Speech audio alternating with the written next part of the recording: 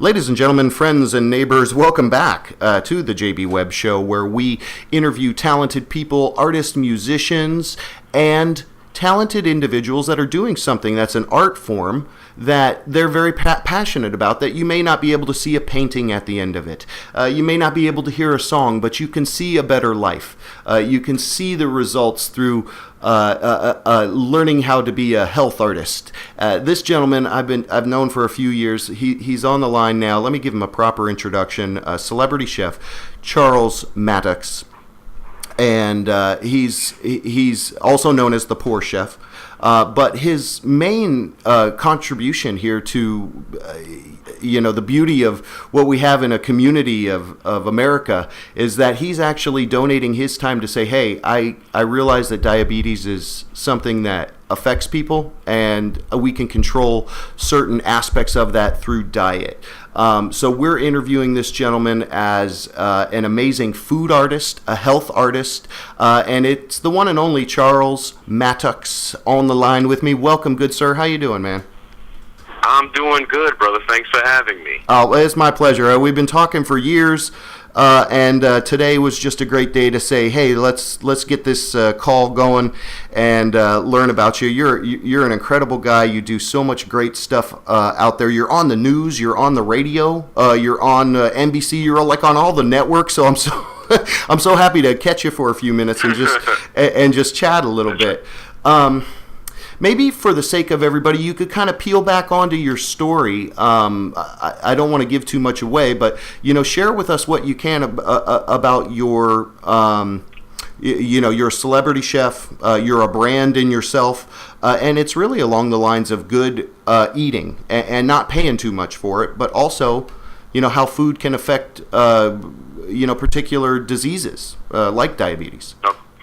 Of course. Well, yeah, I mean, I started many years ago, actually, inspired by my late uncle, Bob Marley. And I knew back then when I was a kid that, I actually met him twice. I knew I wanted to do something special. I didn't know really what it was.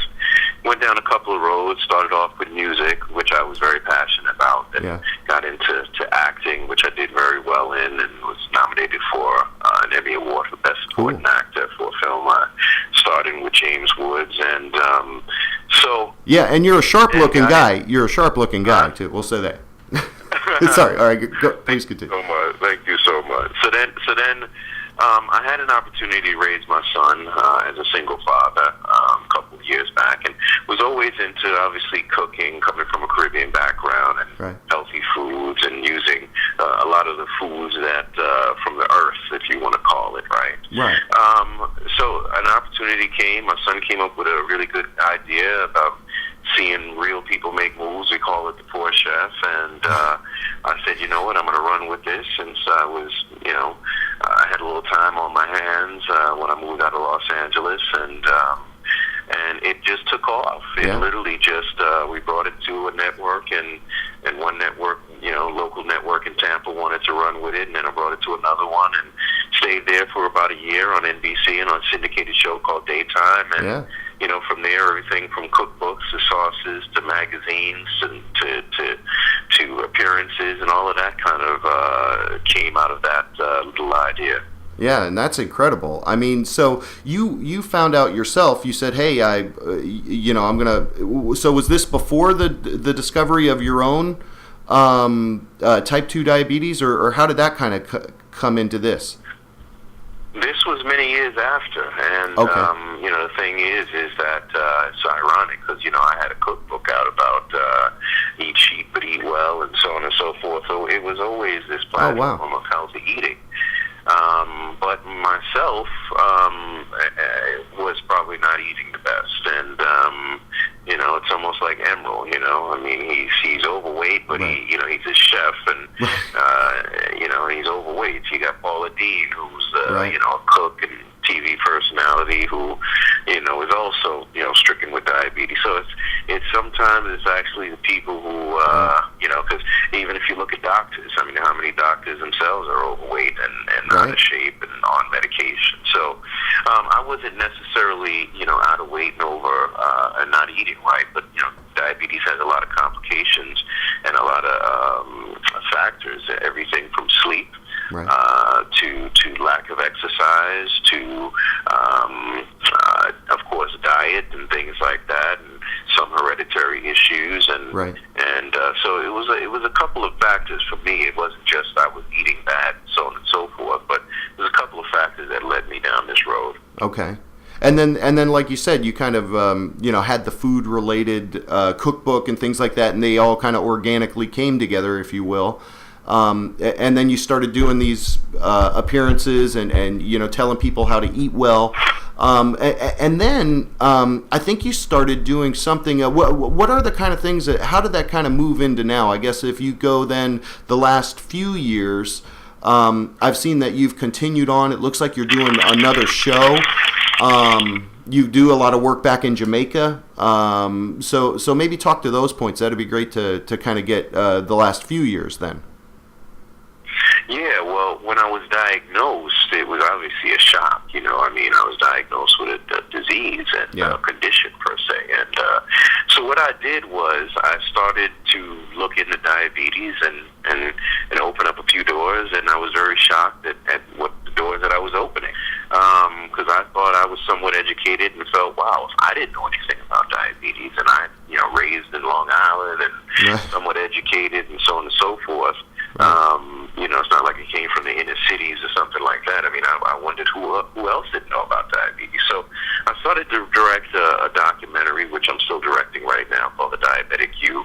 Oh, cool. And once again, once you open up a door, you start to peel back these layers, and it's shocking when you find out that almost 5 million people died last year from diabetes complications. Oh, when my you God. find out, right now there's almost 400 million people with diabetes. When I was first diagnosed, it was about 230 or 250.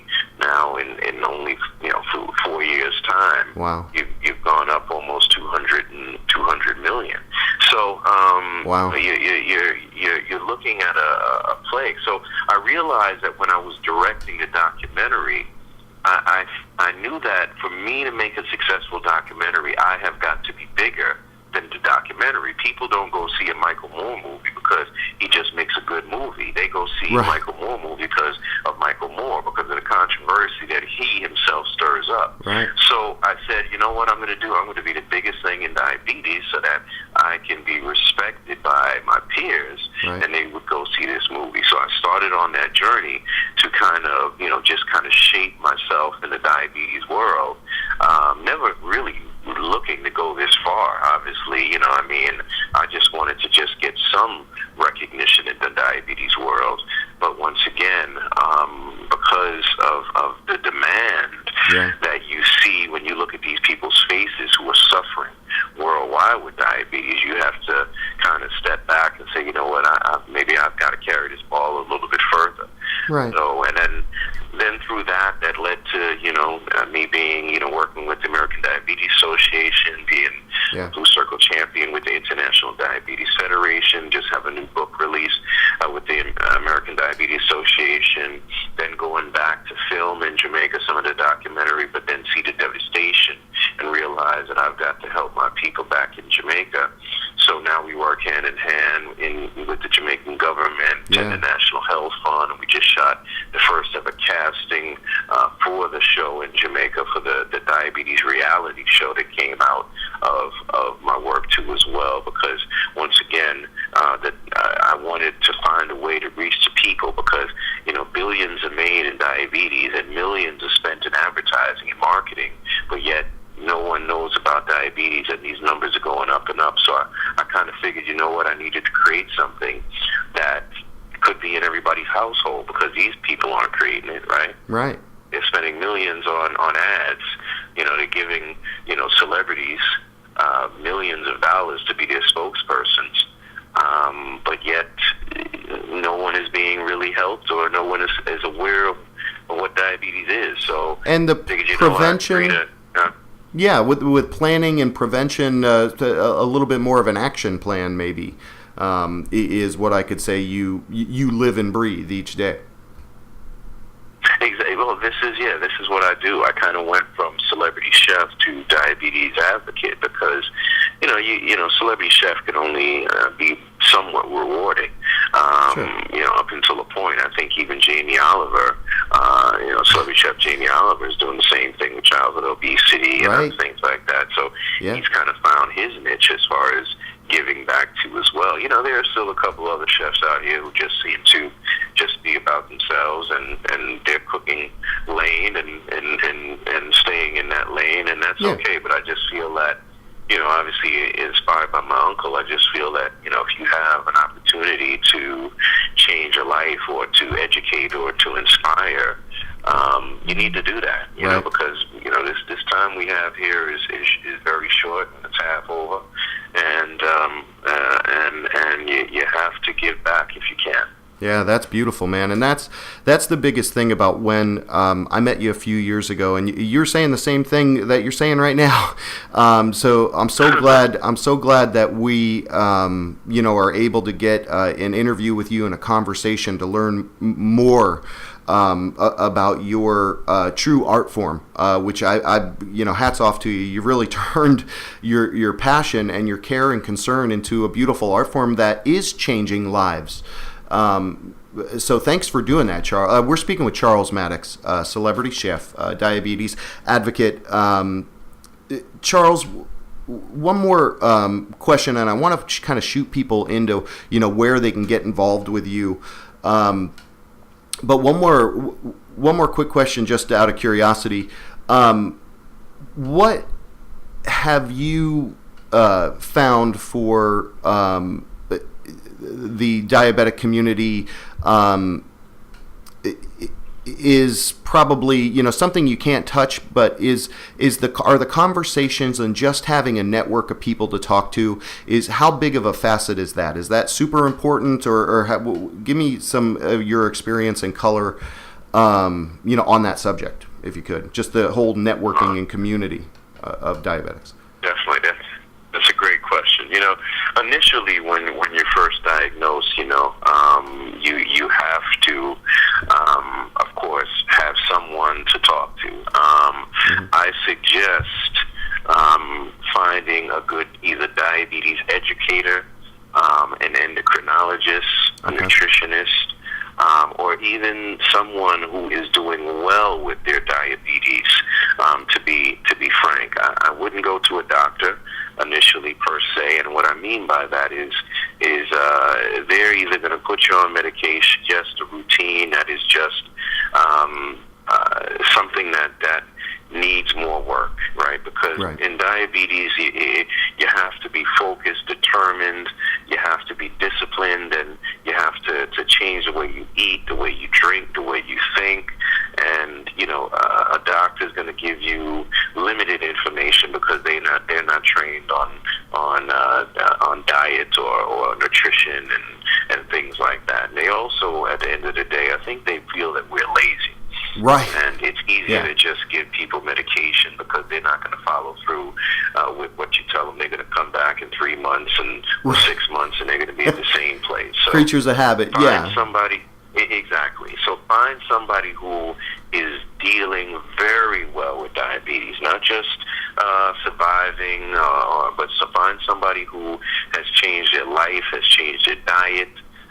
Find a good nutritionist, because usually they like to go the natural way with fruits and vegetables and discipline and things like that. Even an endocrinologist can be good, but once again, they might lead you back toward the whole medication thing. And not that you don't need medication, but you just want some good options as far as how can I reduce this medication I'm on? How can I possibly get off this medication that I'm on? So a lot of them have different mindsets as far as where you need to be as far as being on medication, and so really just ask around and find, once again, people who are dealing with diabetes the best that they can and have been dealing with it for years, because they'll give you the best information. And then do a lot of research yourself. Go online, read, study, and just literally just indulge yourself in the business and world of diabetes, because there's a lot of reasons why someone is diabetic. It's not just one reason. It's not just because you're eating right, wrong. It's not just because of genes. It's not just because it is many a different reasons. So you need to look in the mirror and figure out what that reason is. Usually it starts with weight. So if you're overweight, if your waist is big, usually that's where diabetes starts. So if you can figure out a way to start to lose that weight, start to exercise, and change the way you eat. It doesn't have to be dramatically. It just one change at a time, and you will find that you'll be very surprised that diabetic status can actually go to a non-diabetic status just by losing weight and doing certain things. Diet, exercise. Yeah, so that's awesome advice. It really sounds like you're saying learn about yourself first, learn from others before you just walk into expect a pop a pill kind of an answer, which is great advice. That's it. Because that's an easy answer, and where does that leave you? It's not easy. Yeah, it's not always easy. Yeah. So tell me what you've been doing lately. I think I even saw. So you're wrapping up the Diabetic You. You're doing a great documentary. People can go check that out. What else are you doing? A podcast or something too? I think I saw. Or you're on a talk show, or I forget. But you've just really been growing as a solid line of advice and education for diabetes management. So did I miss something or No, I think you got. I mean, I'm doing so much it's not funny. I know you're doing a lot of stuff. Trying to keep up. I need a notebook. I know. My real passion as well is not only the film, but it's the television show, because Reversed has the potential to be one of the biggest shows on TV.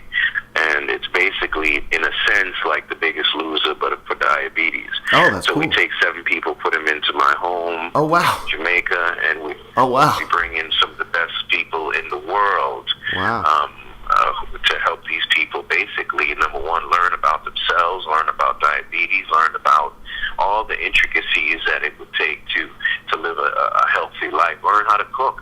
Most people with diabetes are very limited to what they can cook or what they can eat. Good point. And if you don't know how to eat, if you don't know what to cook, you'll revert back to the wrong things faster than you could know. Yeah. Right? So that's one of my passions. Also, like I said, I had a children's book called Diabetes and Healthy Eating come out not too long ago. That's awesome.